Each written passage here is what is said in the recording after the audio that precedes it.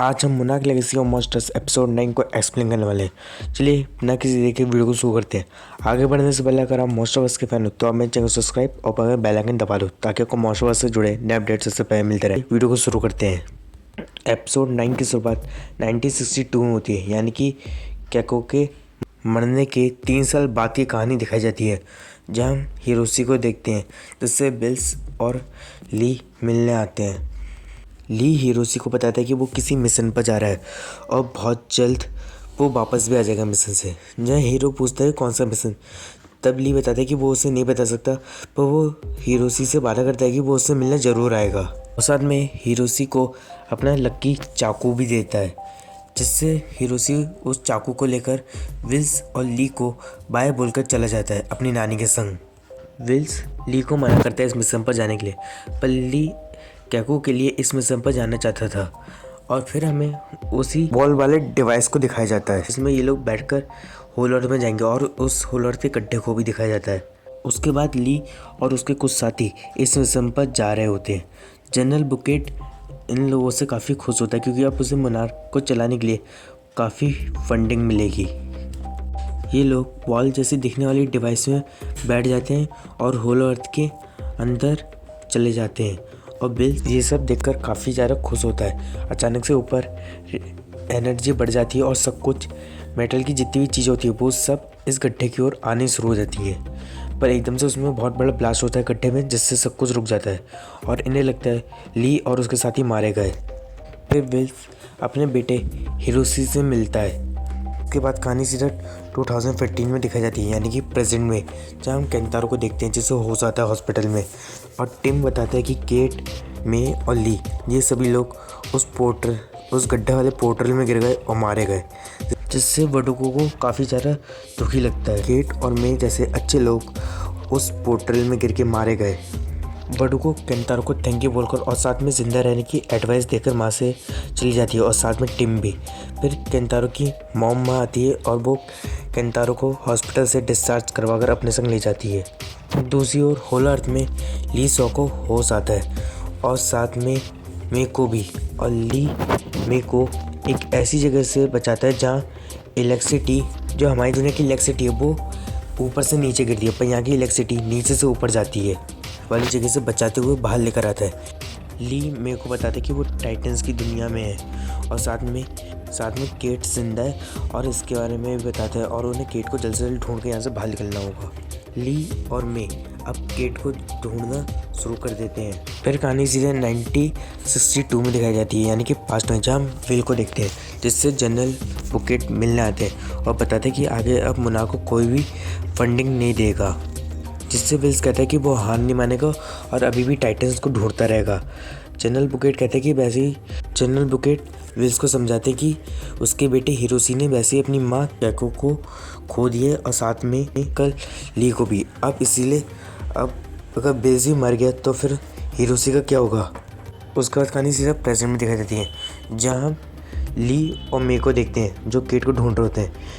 ली बताते हैं कि वो यहाँ पहले भी आ चुका है और उन्हें इसलिए जल्द से जल्द बाहर निकलना होगा। फिर हमें ली का फ्लैशबैक दिखाई देता है, जहाँ ली एक हॉस्पिटल में होता है और बहुत सारे लोग उस पर रिसर्च कर रहे होते हैं, और ली उनसे विल्स रेंडो को बुलाने के लिए कहता है। पर जब कोई उसकी बात नहीं मानता तब वो एक लड़की को बंदी बना लेता है और विल्स रेंडो को पुकारता है। तभी वहाँ पर एक कोट सूट पहना हुआ बंदा आता है और वो हिरोशी होता है। इससे ली काफ़ी ज़्यादा चौंक जाता है, क्योंकि जब वो कुछ घंटे पहले गया तो हिरोशी की उम्र लगभग 6 साल की होगी, और जैसे ही वो वापस आया तो हिरोशी की उम्र लगभग 25 या 26 के हिसाब से हो गई।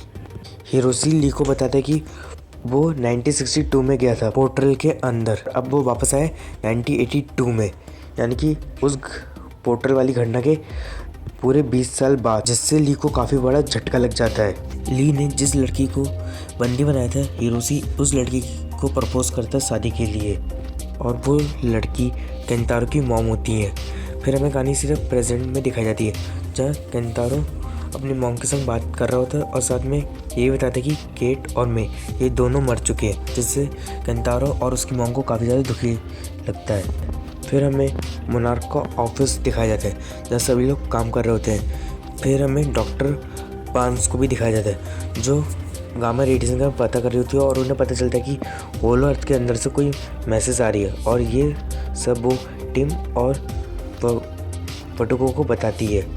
फिर कहानी पास्ट में देखी जाती है जहाँ हिरोशी ली से मिलने आता है और उससे पूछता है कि उसके संग होलो अर्थ वाले मिशन में क्या क्या हुआ था उसके संग और वो अभी तक जिंदा कैसे है। जहाँ ली बताता है कि वो जैसे ही होलो अर्थ में पहुँचे तो उनका एक साथी मार दिया गया था वहीं पर ही और साथ में उन्होंने फिर से सरफेस वाली टीम से कांटेक्ट करने की कोशिश करी, पर इतने में आयरन ड्रैगन उन पर हमला कर देता है और उनका एक और साथी मारा जाता है और तीसरे साथी पर बिजली गिरती है जिससे वो भी मारा जाता है। और फिर जैसे ऊपर एनर्जी बढ़ जाती है वैसे नीचे भी एनर्जी बढ़ गई थी और आयरन ड्रैगन उस होल के अंदर चला गया और साथ में ली भी कुछ ही घंटे होल अर्थ में रुका और जैसे वो उसके अंदर एनर्जी के अंदर चला गया तो उसकी आँख खुली तो वो धरती पर था और उसने हवा में एक प्लेन को देखा था। पर ली ने आज से पहले कभी प्लेन जैसी कोई भी उड़ने वाली चीज़ नहीं देखी थी, इसीलिए उसे ये कुछ और ही लगा। ली हिरोशी से पूछता है कि उसके पिता बिल्स का क्या हुआ, जहाँ हिरोशी बताता है कि ली को खोने के बाद और साथ में उसकी माँ कैको को खोने के बाद बिल्स पूरी तरीके से पागल हो गए थे और उनके दिमाग में टाइटन्स की टेलीपोर्टेशन इन सब की थ्योरीज रहती थी, उनकी दुनिया और हमारी दुनिया की। और इसीलिए विल्स एक स्कल आइलैंड नाम की जगह पर गए और कभी वहाँ से लौट कर ही नहीं आए। हिरोशी कहता है कि उसके माता पिता ने जो भी करा उसका सारा हर्जाना उसे भुगतना पड़ रहा है आज तक, उसका पूरा बचपन खराब हो गया और इसीलिए अब वो अपनी फैमिली को और ख़तरे में नहीं डालेगा और मोनार्किल काम बिल्कुल नहीं करेगा। और साथ में वो ली को उसका लक्की चाकू भी वापस कर देता है। ली हिरोशी से कहता है कि ये उसका फैमिली बिजनेस है मोनार्क के लिए काम करना और वो ऐसे मोनार्क को बीच में नहीं छोड़ सकता, जिससे हिरोशी कहता है कि वो ली को एक रिटायरमेंट वाली फैसिलिटी में भेज देगा और साथ में खुद अपनी फैमिली के संग छुट्टियों पर जाएगा। फिर हमें ली को दिखाया जाता है जो उस रिटायरमेंट वाली फैसिलिटी में होता है और साथ में हमें ली पर पूरा ध्यान रखा जा रहा होता है, खाने से लेकर पीने तक का और साथ में रहने का भी। और इसी के बाद ली 2014 तक बूढ़ा हो जाता है और फिर ली एक दिन टीवी पर कॉर्डला और मोटोस की लड़ाई को देखता है जो हवाई में चल रही होती है। उससे ली को पता चल जाता है कि टाइटन्स की वापसी हो चुकी है इंसान दुनिया में।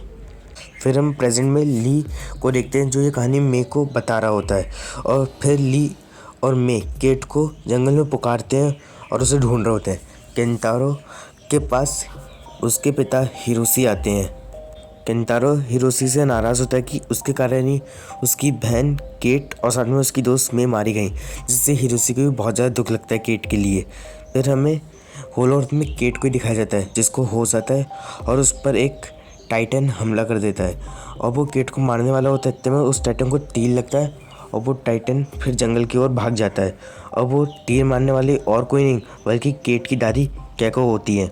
और मुझे ऐसा लग रहा है कैको को यहाँ आए बस 50 दिन ही हुए होंगे क्योंकि इसकी उम्र बिल्कुल ज़्यादा नहीं है। और इसी से monarch legacy of monsters episode 9 भी ख़त्म हो जाता है। इसके फाइनल एपिसोड 10 को भी बहुत जल्द इस चैनल पर अपलोड कर दिया जाएगा। अगर आप मॉन्स्टरवर्स के फैन हो तो आप मेरे चैनल को सब्सक्राइब और बगल बेल आइकन और साथ में वीडियो को लाइक भी कर दो ताकि आपको मॉन्स्टरवर्स से जुड़े नए अपडेट्स सबसे पहले मिलते रहे। मैं मिलता हूँ आपसे अगली वीडियो में, तब तक के लिए bye bye. Thank you for watching.